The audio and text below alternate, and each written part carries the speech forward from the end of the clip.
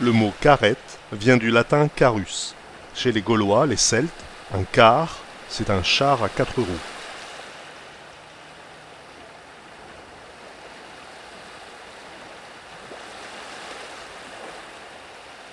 Ce mot est encore retrouvé dans quelques expressions patoisantes. Même si la lettre K n'a jamais été utilisée dans le boulonnais, de nombreux auteurs écrivent les mots dérivant de car avec un K. Lors d'une promenade, si on vous reproche de marcher trop lentement, vous pouvez dire « A car et a batiao, j'irai aussi vite qu'un autre ». Cette promenade est très longue, et si j'étais dans une charrette ou sur un bateau, j'irais à la même vitesse que vous. Cela se dit si la promenade est trop longue. A car et a batia, j'irai aussi vite qu'un autre. Un car qui vit et vite longtemps. Maman. Un char qui grince, grince longtemps. C'est souvent la charrette qui semble en mauvais état qui dure le plus longtemps. Par extension, quelqu'un qui se plaint longtemps. C'est souvent celui qui se plaint le plus qui vit le plus vieux. Ceux qui se plaignent le plus nous enterreront tous. Un car qui vine et vine longtemps. On peut dire également « car qui vigne va longue main ». À Boulogne, l'expression a un peu dérivé. On dit maintenant « un cas qui vigne, il vigne longtemps ». Un chat qui miaule, miaule longtemps. Ce qui a amené plein de déformations d'ailleurs, parce qu'au départ, je crois que ça devait être ça, c'était un car qui vine et vine longtemps, hein, donc une roue mal graissée, quoi, en fin de compte c'était ça. Et puis ben, ça a souvent donné, par déformation, un cas qui vine, il vit longtemps, hein, en parlant d'un chat. Alors que je crois que le truc d'origine, c'était une carrette, un car qui vine, c'était plutôt ça qui vine. Hein. Car incline du côté qui va caire. La charrette penche du côté où elle va tomber. Le car in ballera pont s'il prend un grand tournant. La charrette ne se renversera pas si elle prend le virage assez large. Si vous n'avez pas envie de bouger, vous pouvez dire « Cet après-midi, je vais à le Ducasse, sur le car, j'en demeure ici. Je n'irai donc nulle part. » C'est comme dire « Pour mes vacances, je vais à Gardincourt, le matin dans le Gardin et l'après-midi dans la cour. Je n'irai donc nulle part. » Pour dire que vous allez vous coucher, vous pouvez dire « Je vais dans un endroit d'où qui ne passe pont de car. » J'ai envie d'être tranquille dans un endroit sans bruit. Ah oui, bah, je vais aller dans un endroit c'est qu'il passe pour le carré. Ah oui, je suis fatigué. Pour faire comprendre que quelqu'un a des apparences honnêtes, mais que par derrière c'est tout le contraire, on dit par antiphrase, ben lui qu'il est ben. Quand il voit un car, il se met de côté.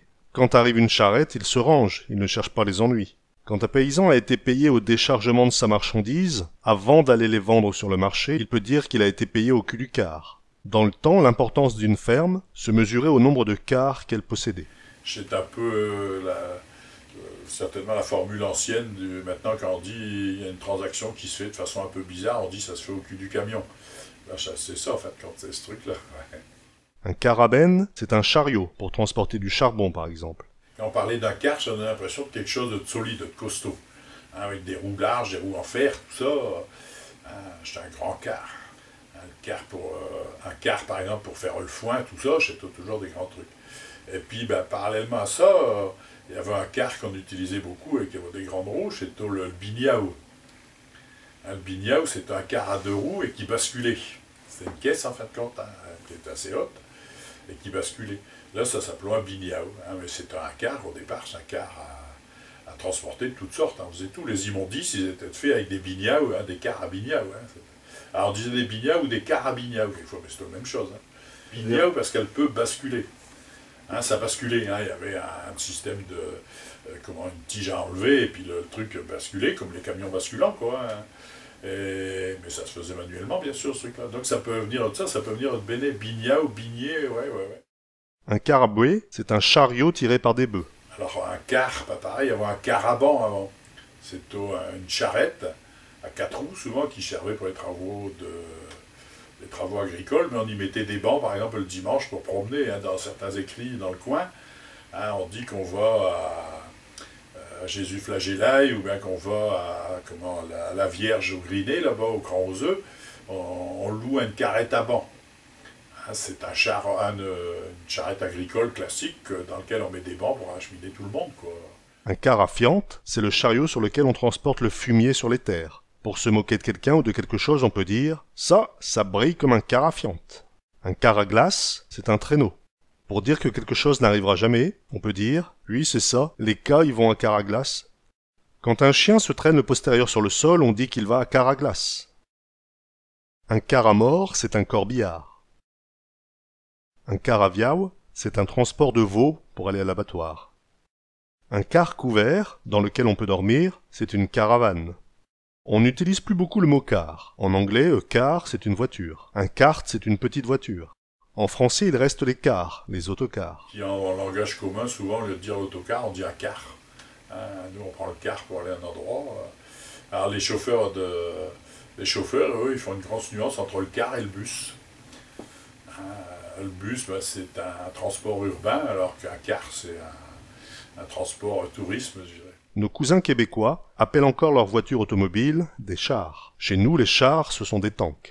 Une carriote, un chariot, c'est un char de petite dimension. Un chariot, un tombereau à 4 roues. Il arrivera pont à passer avec ce carriote. Il n'arrivera pas à passer avec son chariot. Stylal qui transporte son foin d'un scariote, c'est le cariotable. Une carriole, c'est une petite charrette. Carrioler, c'est transporter en carriole. Celui qui fabrique, entretient et répare les chars, c'est le charron, le caron ou le carlier. Tous ces noms sont très communs dans la région. Tout le monde connaît ou a connu quelqu'un qui s'appelait caron ou qui s'appelait carlier. Le carrosse, c'est à l'origine le chariot qui portait le principal étendard de l'armée. Par la suite, c'est devenu un véhicule hippomobile luxueux à 4 roues. Un chemin carrossable, c'est un chemin où peuvent circuler des carrosses. D'une femme forte, on peut dire, ah, rien de bidé de carrosse, celle-là. Elle est costaud comme les chevaux qui tirent de lourdes charges. Une carrue, c'est une charrue, et par extension, c'est parfois une femme. Une vieille carrue, c'est une vieille femme. Un varlet de carrue, c'est le valet employé à mener la charrue. Carrier, c'est charrier, transporter. En anglais, on dit to carry. Carrier droit, c'est faire son devoir. Enlever une charge du char, c'est décharger, décarquer. Carry droit, tu ne verseras point. Charrie droit, tu ne renverseras pas dans le fossé. Ce dicton signifie « Conduis-toi bien et tu éviteras les problèmes ». On peut dire également « Carry droit, tu ne balleras point ».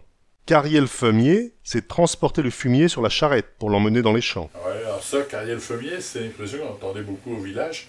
Quelqu'un qui travaillait mal à l'école ou un truc comme ça, on disait « Oh, bah, plus tard, tu ne pourras carrier le fumier ». Ça voulait dire faire un travail un peu subalterne, quoi. Dans les fermes, il y avait l'ouvrier de ferme, il y avait le laboureur, il y avait tout ça avant, quand les fermes étaient encore équipées de personnel. Et puis, il y avait vraiment le valet de ferme, le dernier rang, qui lui carriait fumier. Alors l'histoire du fumier, là, au village, c'était presque une menace, ça, en disant il est juste bon à carrier fumier. C'était le dernier des... Enfin, pas de qualification, le gars qui était pas du tout doué, quoi. Qui t'es bon qu'à carrier fumier? Quand il y a l'eau à avoir de l'orage, on dit ça carie, ça charrie, le temps charrie de mauvaises odeurs. Le temps, il est pombiao, ça carie, ça sent mauvais, ça sent les égouts. Il va y avoir de liao, il va pleuvoir. Pour dire de quelque chose que ce n'est pas facile à transporter, on peut dire « ça ne carie pombin, ça, cela ne va pas à transporter ». Oh non, ça ne carie pas. Quelqu'un qui a du mal à se déplacer peut dire « je suis allé voir Magritte, m'a fui ma carriaille. Mon fils m'a emmené voir Marguerite, il m'a transporté.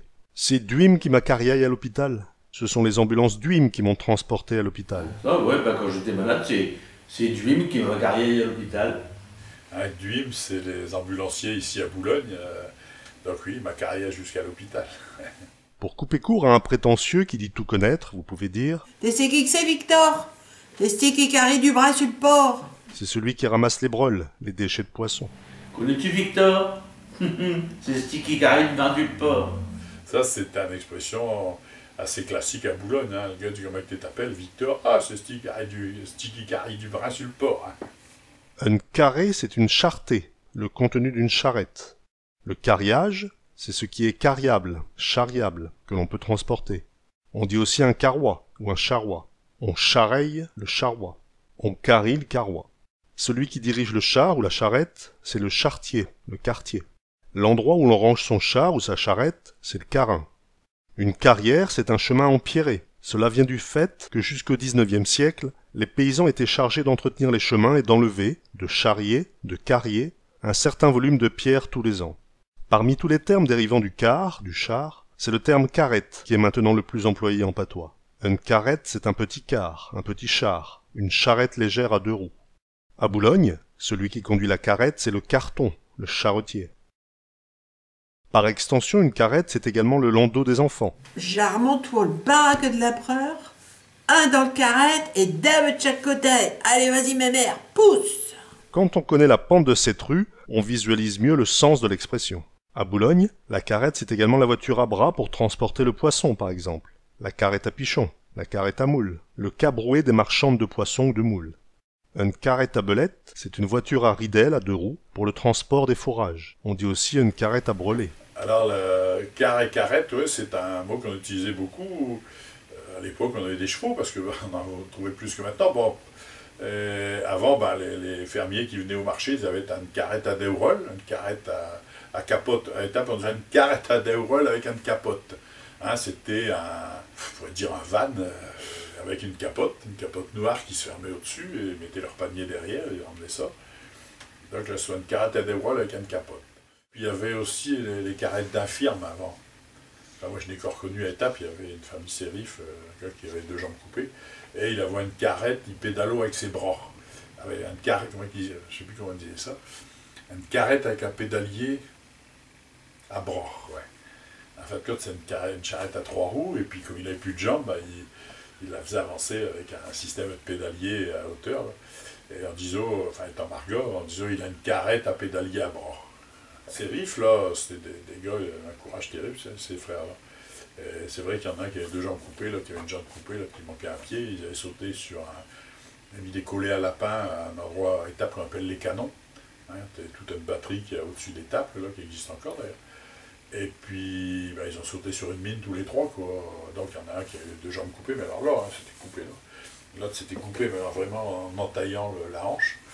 Puis le 3e avait un pied en moins. Mais c'était des pêcheurs, des chasseurs, et ils n'ont jamais arrêté, ils ont continué leur activité comme ça. Et moi, j'étais jeune, bien sûr, eux, ils étaient plus vieux que moi, mais ils allaient à la pêche, à la chasse, tout ça, ça paraissait pas. Hein. Celui qui avait une jambe en moins, il avait 2 grandes béquilles en bois comme avant, là. Hein. Il marchait à une vitesse, on n'avait pas à le suivre. Hein. Il faisait des enjambées terribles, lui, avec ses béquilles. Et là, avec ses 2 jambes coupées, il marchait dans la vase, il marchait tout ça, là. Il montait dans le canot. Alors, on disait toujours en sous-tête, on rigolait pas de vie, parce qu'on ne faisait pas quand même. Et quand il montait dans un canot, hop, il montait, on disait, oui, il est moins lourd, il n'a pas de gamme. Et lui, il avait une carrette avec un pédalier à bras. En Italie, la carretta, c'est bien sûr la charrette, mais également les petites voitures de course. À la campagne, si on a 2 juments qui n'ont pas assez de force pour tirer la charrette, on peut dire « Oui, j'ai 2 mécotes griben pour tirer le carrette. » J'ai 2 chevaux qui ne conviennent pas pour le travail. J'ai 2 mécotes griben pour tirer une carrette, là. Au début du XXe siècle, à Boulogne, un marchand de sable du nom de Pile menait une carrette tirée par un baudet dans les rues pentues de Boulogne. On dit de quelqu'un mal habillé, il est arnacaille comme le baudet à Pile. Monsieur Pile vendait du sable au seau au prix de 5 sous. Dans le temps, le sol des maisons était recouvert de sable que l'on étalait. Les rues n'étaient pas macadamisées et on ramenait de la boue à ses pieds. Le sable absorbait la boue et également les chics que l'on crachait par terre. On balayait ensuite le sable sale et on le remplaçait par du propre. Je me rappelle du remoulave qui passait avec un semelle à pédale sur une carriole pour affûter ses coutiaos et ses cisiaos. Quelquefois, il avait une carrette à tien. À cette heure, il n'a plus de remoulave. Les coutiaos mal affûtés, on les garotte et on en racate d'autres. Dans la région et bien au-delà, de nombreuses personnes portent le nom de carrette. Il y a même eu des carrettes célèbres. En 1803, le capitaine du génie qui logeait au-dessus de la porte Gaillol se nommait Carrette. Oh, cet homme tout barlocaille dans le carrette. Oh, ça s'est coué dans tous les sens. Mais c'est au bain quand même. Jadis, les rues pentues de Boulogne étaient chaotiques, et les carrettes et leurs occupants étaient barloqués. On est au barloquet de la carrette, on n'arrête pas de bouger. Pour se moquer d'une vieille voiture brinque-ballante, ou d'une voiture de mauvaise qualité, on peut dire « Coxetti que ce carrette à tien ». Bon, j'y trame comme un tien carrette. Lorsqu'on a froid, on peut se mettre à trembler comme un chien en équilibre dans une charrette, avec les soubresauts dus aux cailloux. Guette-me, il tremble comme un tien à carrette, les. Oh là là. Bon, lui, il tremble comme un tien à carrette. Quand il boit un café, il en met autant sur le tape, il tremble comme un tien à carrette. Il a la maladie de Parkinson, il tremble comme un tien en carrette. D'un ivrogne qui tremble parce qu'il est en délirium très mince, on peut également dire « il tremble comme un tien à carrette », style. On peut dire aussi cela de quelqu'un qui a peur. Le chien peut aussi trembler de peur quand il est dans la carrette à tien. La carrette à tien qui passait dans les rues de Boulogne pour ramasser les chiens errants, la fourrière.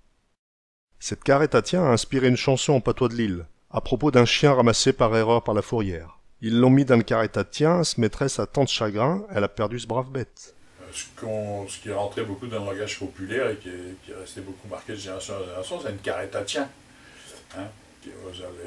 Carrette à tien, parce que c'était la fourrière d'antan hein, qui ramassait les chiens. Il y a beaucoup de chiens errants avant. Il y avait une carrette à tien qui passait récupérer les tiens, avec une chanson qui est restée dans la mémoire populaire, hein, à Appelez Finette, allez dans le carrette, ces canailles, ces voyous, ces vauriens, ils me l'ont pris dans le carrette à quien. Enfin, je sais pas vraiment l'air, hein, mais c'est ça. Ah, plaignez Finette, allez dans le carrette, ils me l'ont pris, ces voyous, ces vauriens, dans le carrette à tien. Il y a même eu pendant longtemps à Boulogne des carrettes tirées par des chiens, des carrettes à tiens. Ouais, ces chiens-là, alors il y avait un peu deux explications. Il y avait le fait que ça le tirait, puis ça gardait aussi la charrette quand le gars était pas là. Hein, il y avait ces deux aspects-là. Maintenant à Boulogne, la carrette c'est la voiture automobile, celle qui nous coûte si cher. Donc t'as garé de carrette, t'es. Hein? Donc t'as garé de carrette. Quand je reviens des courses avec les grands parkings, je sais plus que j'ai calé une carrette. Quand je reviens des courses sur le parking d'Auchan, je sais plus d'où qu'elle gare une carrette. Quand t'as une nouvelle carrette, la bonne femme, elle parle de la carrette, elle me dit que c'est qu'il faut aller. Allez, vas-y, tout droit, par à droite, à gauche. J'ai plus qu'à le suivre. J'ai cangé de carrette, je n'ai à qu'à un qu'elle parle, et qui me dit d'où que je dois aller. C'est bien ou la technique. Mais le carrette, elle parle pas encore le patois de Boulogne. Là, j'ai une transcription moderne du GPS, la déclinaison boulonnaise de ça, quoi. Dans un embouteillage, ou si quelqu'un est mal garé, vous allez entendre Ah, dégage de carrette, et t'as fait tellement. de quelqu'un qui a acheté une voiture de luxe, vous dites 20 chou le carrette qu'il a. Belle bagnole, hein, quelle carrette qu'il a, lui. Ouh là. Et donc, carrette, bah, effectivement, c'est un terme qu'on utilise quand même beaucoup. Et puis après, quand on est passé aux voitures, bah, c'est devenu... On l'a attribué aux voitures, quoi. T'as qu'à tailler une belle carrette. À la Ducasse, il fut un temps où l'on pouvait faire du karting. Je veux le carrette qui fonce à toute berzingle. Donne un compte au monsieur et t'es mon train dans le carrette. J'ai eu un accident, et puis une carrette, elle a balé dans le fossé. Allez, hop. C'est tout dit le plus mauvaise rue de le carrette qui fait le plus de carpin. C'est toujours le plus mauvais ou le plus idiot qui fait le plus de bruit, qui se fait remarquer. Quand on a besoin de reprendre son souffle, de se reposer après un effort, on peut dire « je vais reprendre 20 un carrette ». Reprendre 20 un carrette, c'est reprendre du vent, de l'air, tout en étant transporté, sans effort, dans la charrette. Je vais reprendre mon souffle, je vais reprendre haleine. Quelqu'un qui bâille de fatigue, qui va aller se reposer et faire une sieste dans la charrette, par exemple, pour reprendre son souffle, peut dire Oui, je vais reprendre 20 carrettes. quand on a besoin de réfléchir et que le raisonnement va trop vite, que la personne qui vous explique parle trop rapidement, comme une mitraillette, vous pouvez lui dire Arrête, que je monte ta carrette. ralentis que je puisse reprendre le fil de la conversation. Parle pas trop vite. Arrête que je monte ta carrette, là. Attends. Retrousse tes guettes, et puis monte ta carrette. Allez, hop. Pour envoyer paître quelqu'un, pour lui dire que vous ne le croyez pas, vous pouvez dire Oui, retrousse tes guettes et monte ta carrette. Allez hop. Retrousse tes guettes, monte ta carrette. Alors passera demain, tes culottes, ils seront faites. Une femme dont le mari n'est pas gentil peut dire un homme il est tendre comme un clou de carrette. Mon mari est aussi tendre qu'un clou en métal. Une femme, elle est tendre comme un clavet de carrette. Si des amis vous emmènent dans leur petite carrette où vous êtes serrés, pressés les uns contre les autres, vous pouvez leur dire on est serrailles comme des harengs à un cac. Dis donc, les amis c'est pour des un sort. On ne peut pas entasser ses amis comme des harengs dans un baril. Parmi les remèdes de grand-mère pour éviter le mal des transports en carrette, en train ou en batiave, il faut boucher le nombril avec du scotch ou bien verser le contenu d'un sachet d'aspirine dans le creux du nombril. Il n'y a bien sûr aucune preuve scientifique à cela, hormis un possible point d'acupuncture au niveau du nombril. Le seul moyen de se le prouver, c'est d'essayer. Si votre enfant est malade en voiture, il faut lui boucher le boutinette pour éviter qu'il dégobille dans le carrette. Pour pas être malade à carrette, eh ben il faut bouger le boutinette.